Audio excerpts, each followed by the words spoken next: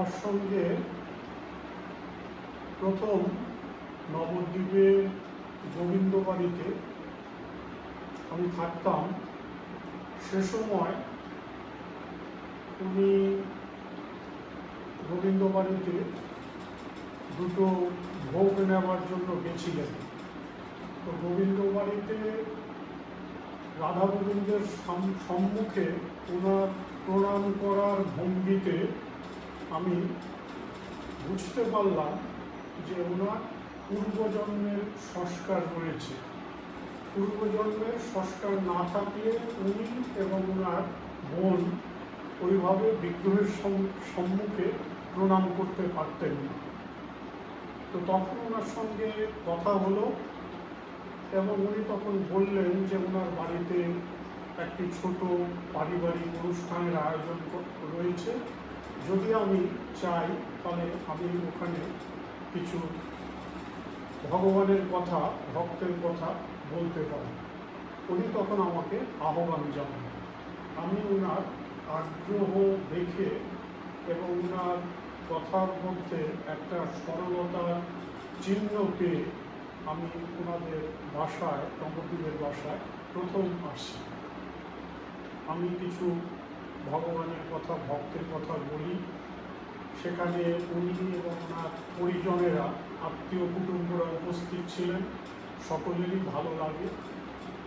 তারপর আমি দুবার ওনার বাড়িতে আরও দুটো অনুষ্ঠানে, ছোট ছোট অনুষ্ঠানে এসেছি এবং ভগবতীয় কথা আমি সকলের সঙ্গে শেয়ার করেছি। তো তাদেরও ভালো লেগেছে, আমারও ভালো লেগেছে। তো আমি অন্তর থেকেই ওনাদের পরিবারের, বিশেষ করে ওনার বড় ছেলে অরবিন্দের প্রতি একটি টান অনুভব করি।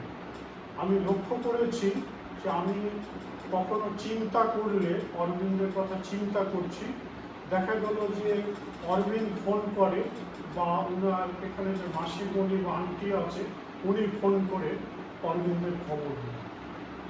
অথবা খুব যখন মনে হয়েছে যে একবার দেখা হলে ভালো হতো, তখন আমি খবর পেয়েছি যে অরবিন্দ নবদ্বীপে আছে।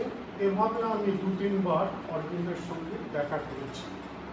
তো আমরা এই যে মানুষ হিসেবে এই পৃথিবীতে এসেছি, এই পৃথিবীটাতে আমাদের জন্ম এবং এখানে মৃত্যু। তাহলে এই যে পৃথিবীর উৎপাদিত আমরা বস্তু, তাহলে আমাদের এই যে মাঝখানে একটা জীবন, এই জীবনটা আমরা কিভাবে কাটাবো বা জীবনটা কি?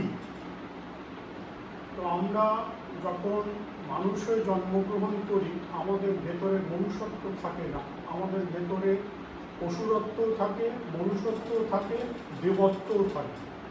এটা আমাদের শিক্ষকের মাধ্যমে, গুরুর মাধ্যমে বিভিন্নভাবে আমরা আমাদের পশুরত্বকে জয় করে আমরা মনুষ্যত্বে উত্তীর্ণ হই এবং মনুষ্যত্ব থেকে আমরা দেবত্বে উত্তীর্ণ হই।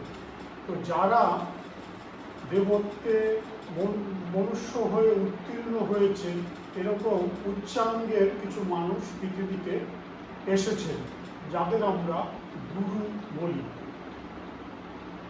অরবিন্দের বাবা ঠিক এরকমই একজন, উনি গুরুর সন্ধান পেয়েছিলেন এবং উনি একজন আমেরিকান হয়েও ভারতে এসে সেই গুরুর সান্নিধ্যে দীর্ঘদিন উনি কাটিয়ে ওনার মন স্থির করেছিলেন বা মাইন্ড ম্যানেজমেন্ট করেছিলেন। তারপর ওনার একটা লেখা বই দেখে আমি বুঝতে পেরেছি, গ্রন্থ দেখে, যে ওনার আত্মদর্শনও হয়েছিল। ঈশ্বর দর্শন বিষয়টা অনেক দূরের বিষয়, কিন্তু আমাদের ফার্স্ট মাইন্ড ম্যানেজমেন্ট হলেই, মন স্থির হলেই আমাদের আত্মদর্শন বা ইন্ট্রোস্পেকশন ঘটে। তো আমার ধারণা যে অরবিন্দের বাবারও এটা হয়েছিল এবং সেই রক্তই অরবিন্দের শরীরে বইছে। অরবিন্দ একটা বিশাল কাজের প্রচেষ্টা করে যাচ্ছে, কিন্তু ওর ভেতরে তলায় তলায় একটা সারা পৃথিবী নিয়ে মঙ্গলময় একটা কিছু করার চিন্তাধারা রয়েছে এবং সেটাও সে ধীরে ধীরে মেথোডোলজিক্যালি এগোচ্ছে। যদিও গতিটা স্লো, তো যখনই এরকম তার মনে কোনো প্রশ্ন বা সংকট হয়, দেখা যায় আমার সঙ্গে কোনোভাবে না কোনোভাবে সংযোগ হয় এবং আমাকে শেয়ার করে অরবিন্দ সেই বিষয়টা, যে এরকম বিষয়টা হচ্ছে।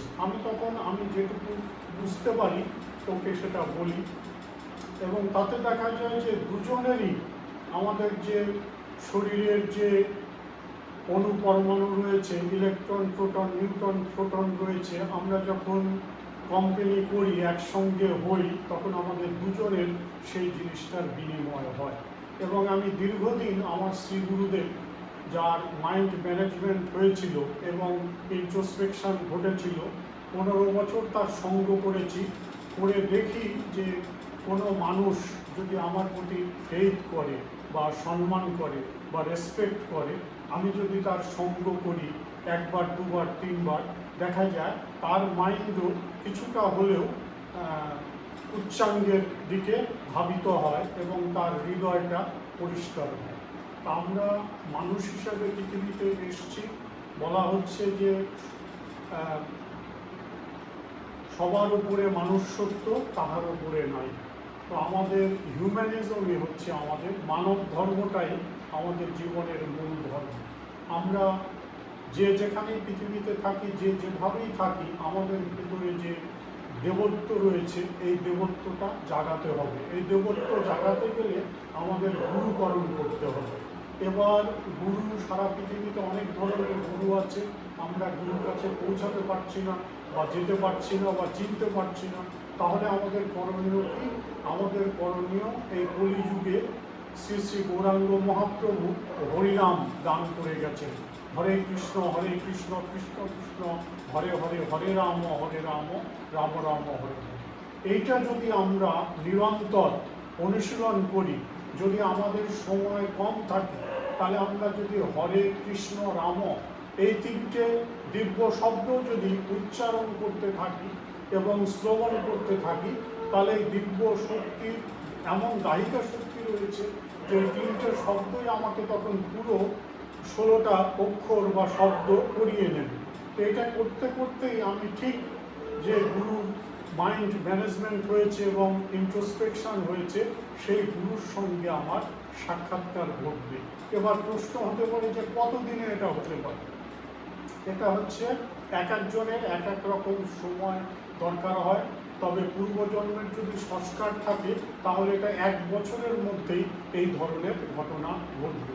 সেই সঙ্গে আমাদের বলা হয় যে তুলসী সেবা, কেউ যদি বাড়িতে 12টা থেকে 15টা তুলসী বৃক্ষ রাখে এবং যত্ন নেওয়ার মানে কি, তুলসী বৃক্ষের হচ্ছে অক্সিজেন সে দান করে প্রচুর। একটা আম গাছ যে 70টা আম গাছের সমান একটা তুলসী গাছ অক্সিজেন তো ছাড়ে। তো তার কাছে গেলেই আপনার ভেতরের যে মলিনতা, ভেতরের যে গ্লানি, সেটা তুলসী বৃক্ষ অ্যাবজর্ব করে নেবে। অ্যাবজর্ব করে নিলে হবে কি, আপনার চিত্ত শুদ্ধ হবে। চিত্ত শুদ্ধ হলেই যেসব গুরু রয়েছে চিত্ত শুদ্ধ, তাদের সঙ্গে আপনার কোনো না কোনোভাবে সংযোগ হয়ে যাবে এবং আপনি সত্যিকারের মাইন্ড ম্যানেজমেন্টের দিকে যাবেন, আপনারও ইন্ট্রোস্পেকশন ঘটবে, তারপরে ঈশ্বর দর্শন বা ঈশ্বরের পথে আপনি এগোতে পারবেন। ধন্যবাদ।